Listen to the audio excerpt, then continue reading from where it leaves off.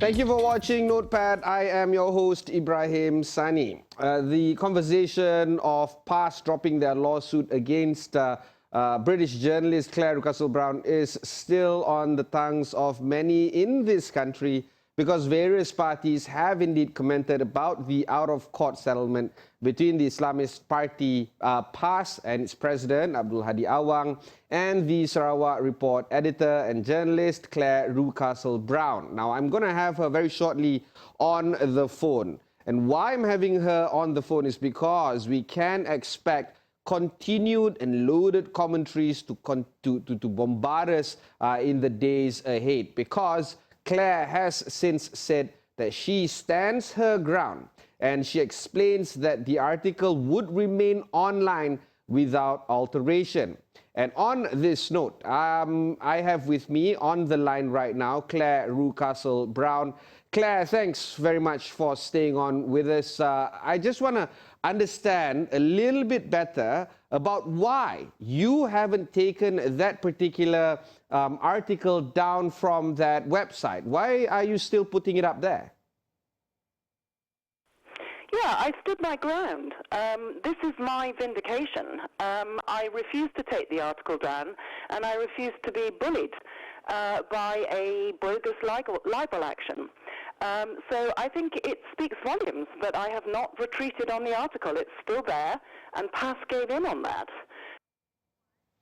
The reason why it's still there, of course, is because of the principle that you have. But at the same time, because of the past president receding or taking back the lawsuit against you, do you feel somewhat vindicated coming out from this particular episode? Well, because I was told to apologize.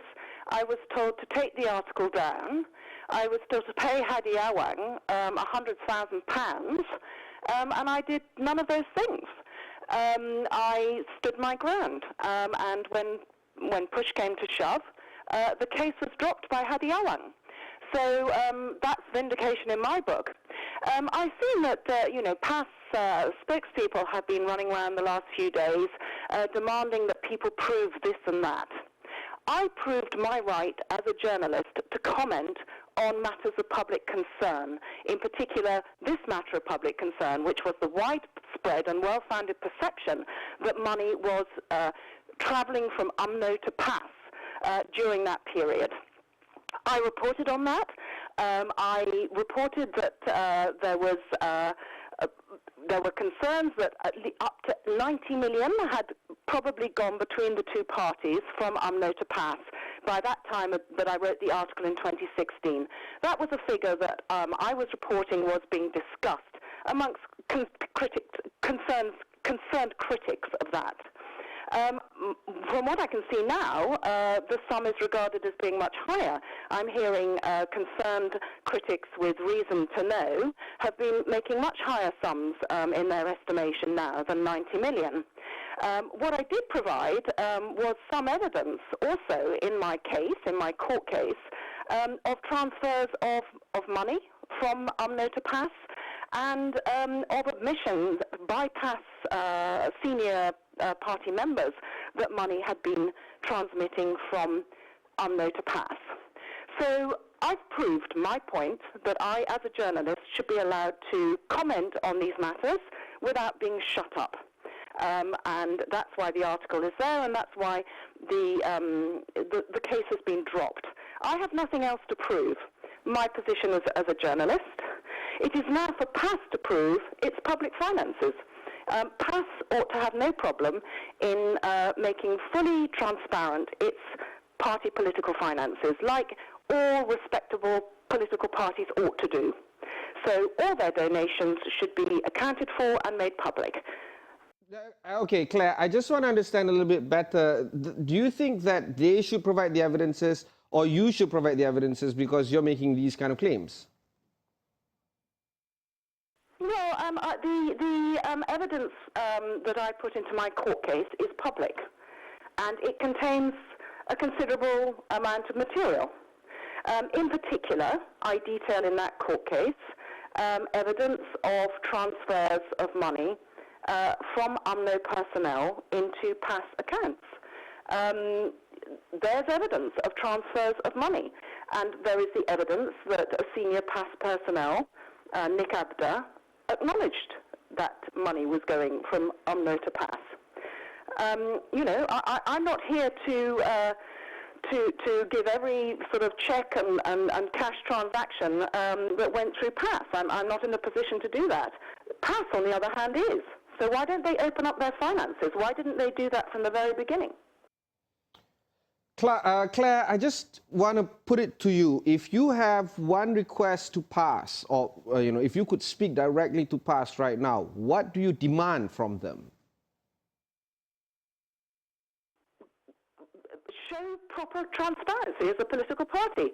Open up all your finances. My first challenge is, who gave you the 2.5 million? In my evidence to the court, I gave proper detailed documentary evidence. I said I had proper detailed documentary evidence, which I will be handing to the appropriate authorities, but which have also been seen online. That a payment just before the last election of 2.5 million was made in cash by a senior UMNO figure, a worker for a senior UMNO figure, to two PAS accounts. When I put that into my court case, Hadi Awang, in a sworn statement, came back and said he didn't know who had put the money in. And yet Hadi Awang had been saying publicly that it definitely wasn't UMNO who paid that money. So he was contradicting himself. So the first thing that PAS should do is say, do they know who gave them the 2.5 million that went into their accounts just before the election in cash, or don't they? And if they don't, why are they telling people they know it wasn't UMNO? And why are they accepting such huge sums of cash from people who they don't know who they are? Saying that, X has to prove this and Y has to prove that. The onus of proof is now on PAS. Open up your party finances. Let us all see. And tell us whether or not you know who's giving you money, or whether you're bothering to check. And of course, everything is now on PAS to prove their innocence. Is that what you're trying to say? Why not? Why should I be forced to prove it? I don't know who's giving what bags of cash to who. I do know that there's a lot of testimony and evidence that I will be passing on to appropriate authorities about people concerned that bags of cash are passing round. But why should I be able to provide the details? It should be PAS who open up their accounts, show what money's coming in, show where it's coming from, and what they're spending it on. How did they get the money to fight those seats at the last election, every single seat? I mean, they should just put it all out there so we can all rest assured that it was indeed money raised from their members, as they are claiming. All right, thanks, Claire, for having us this evening. That was Clare Rewcastle-Brown, the editor of Sarawak Report. We just had a conversation about the whole negotiations, if I may use that word, or discussions between the out-of-court settlement between PAS and herself. And of course, again, I think that this conversation will continue to gain momentum, particularly because of the upcoming by-elections in Semenyih.